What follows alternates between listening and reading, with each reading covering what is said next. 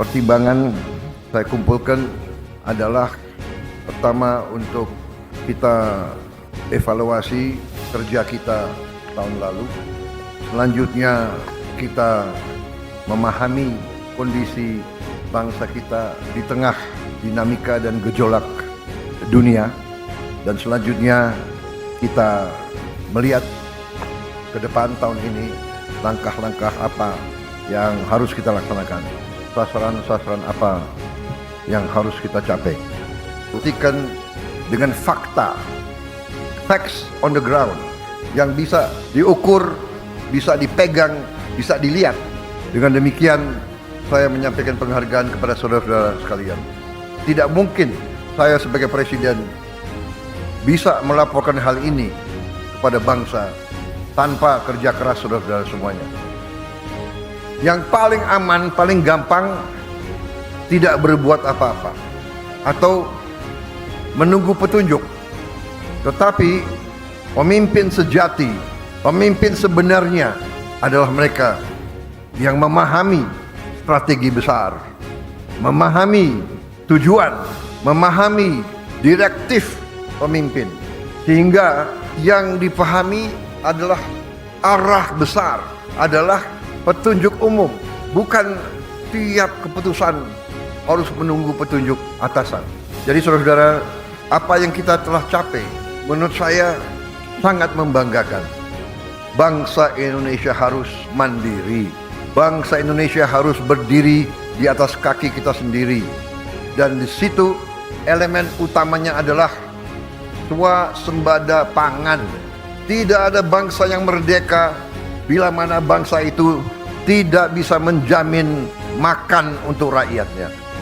Swasembada pangan artinya adalah karbohidrat dan protein. Kita harus swasembada protein.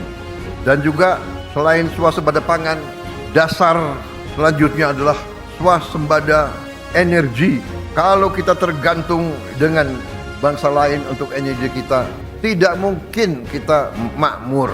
Tidak mungkin kita lepas dari kemiskinan.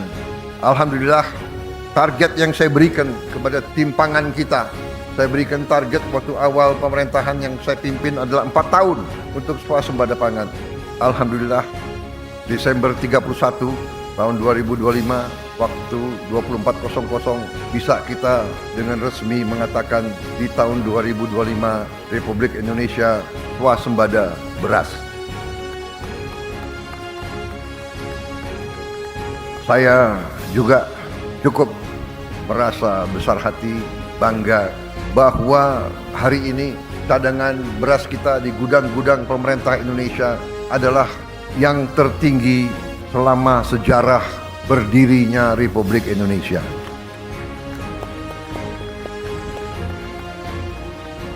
Pernah di pemerintahan Presiden Soeharto, kita di puncaknya pernah punya cadangan beras di gudang pemerintah 2 juta ton.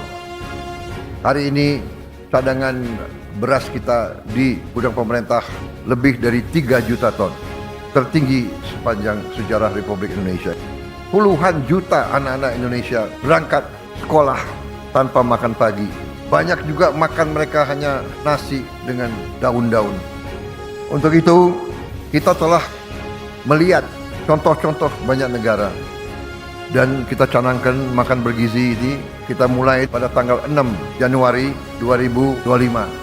Hari ini adalah 6 Januari 2026 dan kita sudah mencapai hari ini dilaporkan kepada saya 55 juta penerima manfaat.